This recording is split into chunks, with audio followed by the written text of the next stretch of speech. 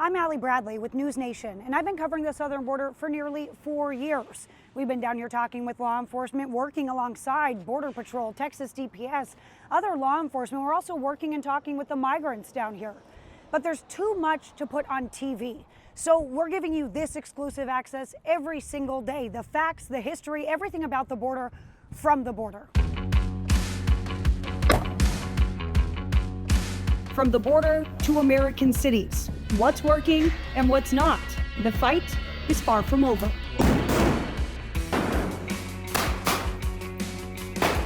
This type of mission set, skill set is zero fail. Are you guys getting any kind of directive with these new designations that you're going to be going over to Mexico and having an all-out war with the cartel? For the first time ever, media was given access to a special operations group within Border Patrol. It's called BORTAC. It's a unit you don't often hear about because they go after the worst of the worst, hiding in the shadows. They're doing it also in the shadows. Other agencies often get credit for the work that they do. But today, we're taking you inside the headquarters at Fort Bliss, where they train every single day. And their main target, the criminal cartels.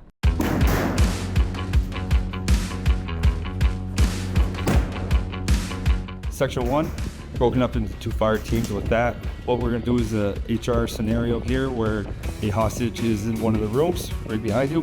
The team has to get in there surgically with surgical shots throughout on known assailants throughout this structure. So it's gonna be very fast and very loud.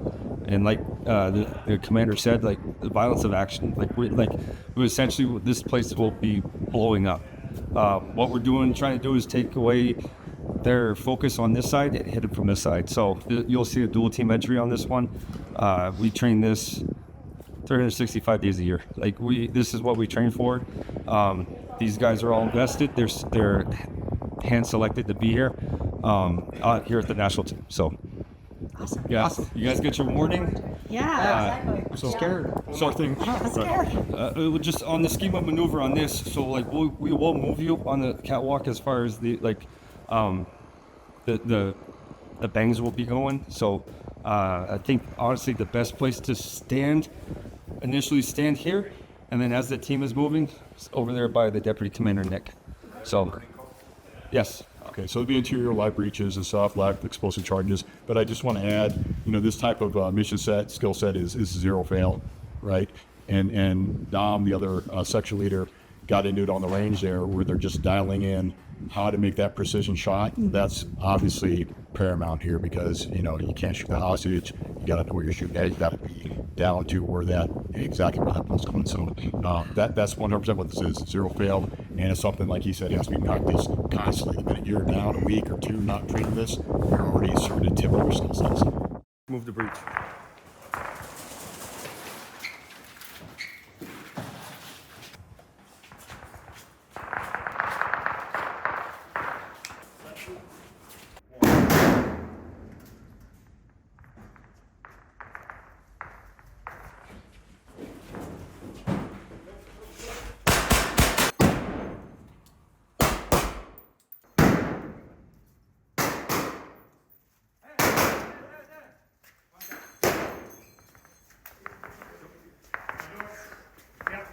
Charge going up.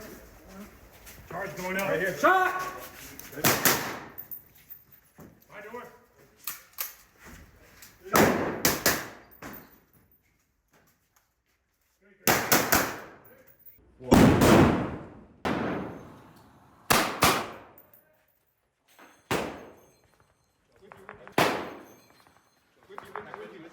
My door. Charge going up. Charge going up. Right here. Shot! My door. Charge going up. Charge going up. Right here.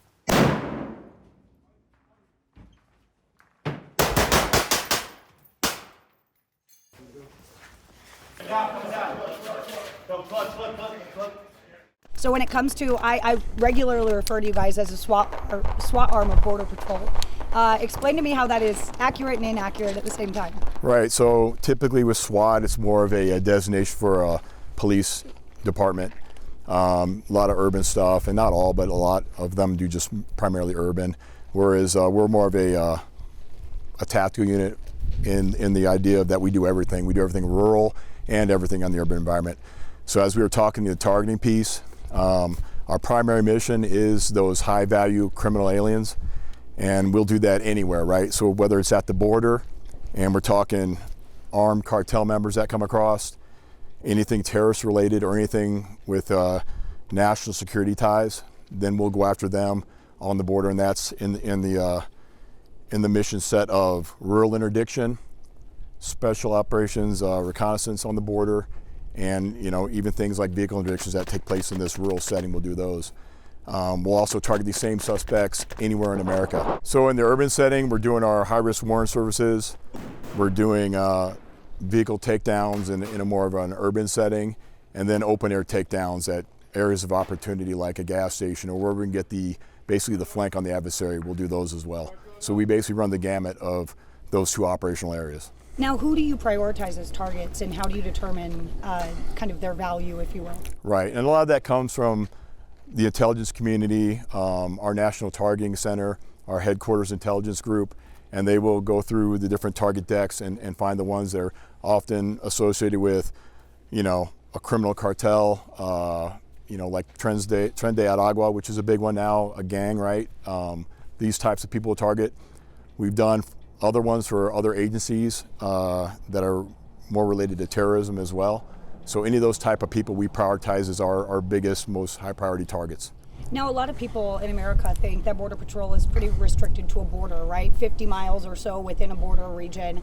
Why are you able to operate in the interior? Why is BORTAC able to go after in these manhunts like Daniel Cavalcante, that you guys were able to apprehend that suspect? How are you able to operate across the entire nation with kind of a border nexus? That's exactly what it is. So the manhunts I'll talk about separately, but you just said it. So as long as there's a border nexus, if they cross that border, people or anything illegal that comes across that border, that has a nexus to our authorities. So when we have the authority to go ahead and target them anywhere. And then manhunts, some of those manhunts did have immigration ties, right? So we were really good on those, but we do get requests just to go to manhunts to apply our skill sets in a rural environment. And so then we'll be requested in from another agency to basically assist them in their efforts to get these fugitives. Now, obviously, with the administration, we're seeing the cartel designations, escalating violence over on the south side of the border. Is BORTAC doing anything in response to that, or are there any directives to target the cartel specifically on your guys' end? So we've always targeted the cartels. That's nothing new. That's one of our primary missions, is going after the cartels. And so we've continued with that. And right now, as of recent, we're doing that a lot in the interior, in areas like Chicago, North Carolina. We're going after these high-value criminal aliens. So that has been our MO, and will continue to be our MO.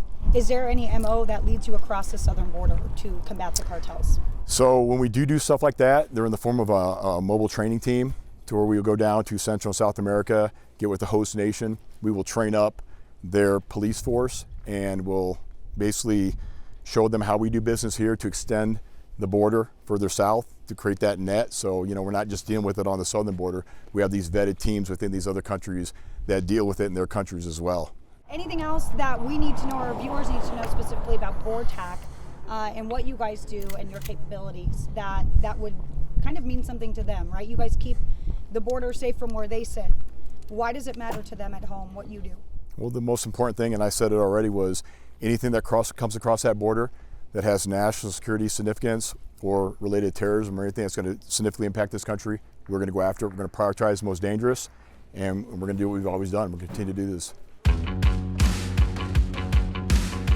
Our range training complex is on McGregor Range, military installation, but this range is ours, so we do open it up with the military, but we pretty much get the latitude to do what we need to do here.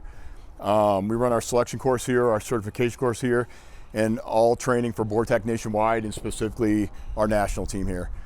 So, and Borstar as well. Borstar runs their selection out here, parts of it, and they do some training out here like BORTAC. Starting here, starting on the tower, obviously, our tower here, we do rappelling. We can do fast roping right there. It's like a little mock-up of a helicopter, if you will. There's a venue over there for like shaft, going down an elevator shaft. So any kind of stuff of that nature with ropes or anything else, we'll work those pieces here. Out here, we have our kind of multi-purpose range. The snipers use this a lot. There's targets, I think, that go out to over a mile, right, Nick? So they can engage steel that's already in place for our sniper training. You see the vehicles. We can do any kind of immediate action drills here, set up a variety of different scenarios, whether we're using just troops on the ground to include canines. We'll throw some air pieces in, whether we bring in a helo to fast rope in or use this mock up here to throw the mobility piece in the training as well. So we use this quite a bit. You guys saw basically the known distance range here, the flat range for basically pistol quals, zeroing your rifles, the standard USBP qual that everybody has to do. We'll conduct that there with the turning targets. And then as you move beyond over to the side, the next range there's a variety of different types of venues there with the steel, the Bianchi Cup, the Texas Star, and it's just another look of things that you can work as you're working through the things that the unit and the team wants to accomplish for that day. Obviously, the obstacle course is just beyond that. Standard military obstacle course, we use it a lot during selection. Guys will come out, throw their kit on, gas mask, run through it for PT, but you got to have that part of it too. And I kind of back up a minute. You see just before you get to the obstacle course, you see that smaller tower. That's like our assault climbing range. So we'll use that for free climbing, different opportunities and techniques that operators can use to get the high elevated position. And it's just that, it's free climbing. So there's a storm drain, there's different techniques that we use to just get up on a building and get that overwatch at high ground. And then we'll go over to the shoot houses. You can see them, they're covered by the awnings. Those are a 7-structure live fire shoot house complex that the guys will demonstrate a hostage rescue for you guys later today. Just beyond that, you'll see a smaller awning, and then there's some mock-ups for breaching. You see those, it looks like door mock-ups there. The guys will throw explosive charges on those, work different things with explosive breaching. Basically, it can be used specifically for our operations. If we know we have a problem we want to work over with the breaching, we'll test it out there before we go hot on a live operation. And then there's also just on the very far side of that last awning I pointed out, that's another little kind of multi-purpose range. Guys will use it to get out of the hot sun at sometimes and just sit there and hone in their marksmanship. Have you guys been in many scenarios where you didn't feel like you had the upper hand, like you were in control, like that you got this? Have you been in many scenarios where oh God, haven't seen this before? So we take a lot of time and a lot of interest within the unit on planning. So if you plan properly, you can plan out, the 85%, and then there's the other part, that you have to flex to based upon the adversary. But we tend to, in most cases, be able to plan most of that stuff out on how we do things. Warrant services, stuff in the rural environment. The one part of it that's kind of newer capability with hostage rescue, that's a little more dynamic, and you'll see that to where it's more of a hasty, we're getting there, we're going to execute this. And so the planning, the lead time on that isn't as great as you would on a normal deliberate operation. But to answer your question, the planning's a big part of it. And so planning and trusting your guys. That's right. Knowing that if you get into a scenario that you're unfamiliar with, they have the mental training or wherewithal to react. Right. And we're constantly training scenario-based stuff, so we're throwing things at the guys that they haven't seen before. So if they don't see something that they've seen in training or an operation, they are always flexing and getting good at adjusting quickly. And so that skill set plays out to things they haven't seen before. Yeah, and I would imagine it's just like in our life too. Nothing happens exactly the same twice. Right. It's never going to be just like it was. So you do have to prepare for. That's right. Just about anything. We go on every op knowing that nothing's going to be perfect and that we're going to have to adjust, and the guys are really good at it. So it's something we take very seriously, and we train constantly. We have one of the hardest academies. It's very physical. You're mainly in a rural environment. You're going up and down mountains. So just on a baseline border patrol agent, you got to be in shape. And then, of course, in our line of work, it's even more paramount.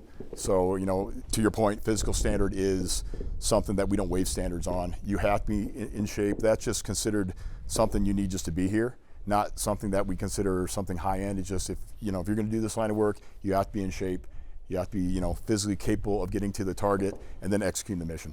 I mean, you guys are all usually in life or death situations. So whoever's out there with you, the physical element is a big part of it. It is. Right. And again, it's our operational environment. I mean, you look at locations in Tucson, other areas, it's just mountainous, it's rigorous, it's at night.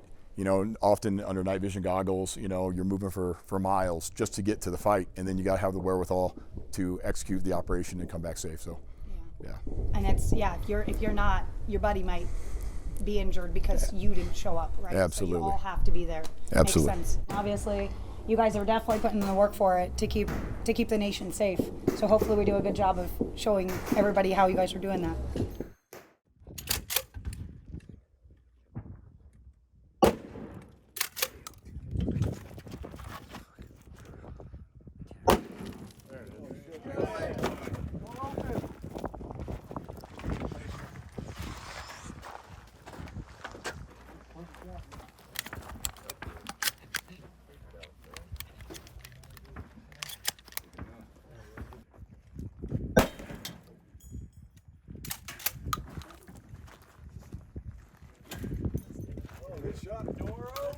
Open.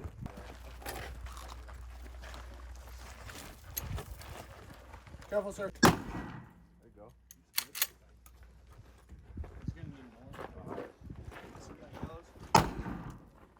That didn't do anything. You were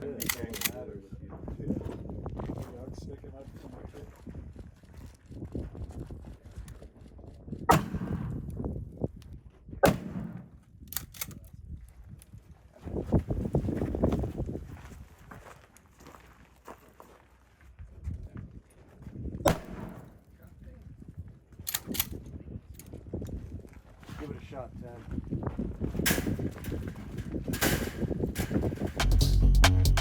So while we were down there for this training, it was actually a high-stakes hostage simulation training that they were doing, and it's something that they do nearly every day because there's zero room for error. It's a matter of life and death within just seconds, right? So these guys, they have M4s, they have pistols, they have all these different resources, drones, but they say their main tool, the most important thing that they have at their disposal is their team and the training that they have and the principles that they fall on. I said, is there ever a concern that the guy behind you isn't going to have your back? And they said, no, we all know exactly what to do. We all know the mission. We all stand by that mission, and we are all living by our principles. So that was really interesting to hear them talk about that. And I asked them if they'd had any directive to go over to Mexico and fight the cartels under President Trump with these new terrorist designations. And they said, we don't need to go to Mexico. We're fighting them every single day right here on U.S. soil. The DEA has said the cartel is present in all 50 states. So that is actually their number one target, the cartels. They're going after them every day in the United States. Again, other agencies, they work with them all the time. They work with ICE, they work with HSI, FBI. Those agencies are generally the ones that you hear about and see. BORTAC, they're responsible for a lot of different high-profile cases, including going after Danilo Cavalcante, who was that fugitive that escaped from prison. BORTAC got him. BORTAC actually went in a guy who was off duty, shot the Uvalde shooter. That's how that ended. So BORTAC is always at the front of things. They're kind of the big guns, if you will, when they call them in. So it was an opportunity for us to see them work in this capacity. But what's really interesting here is their training is so rigorous, a woman has never made it through.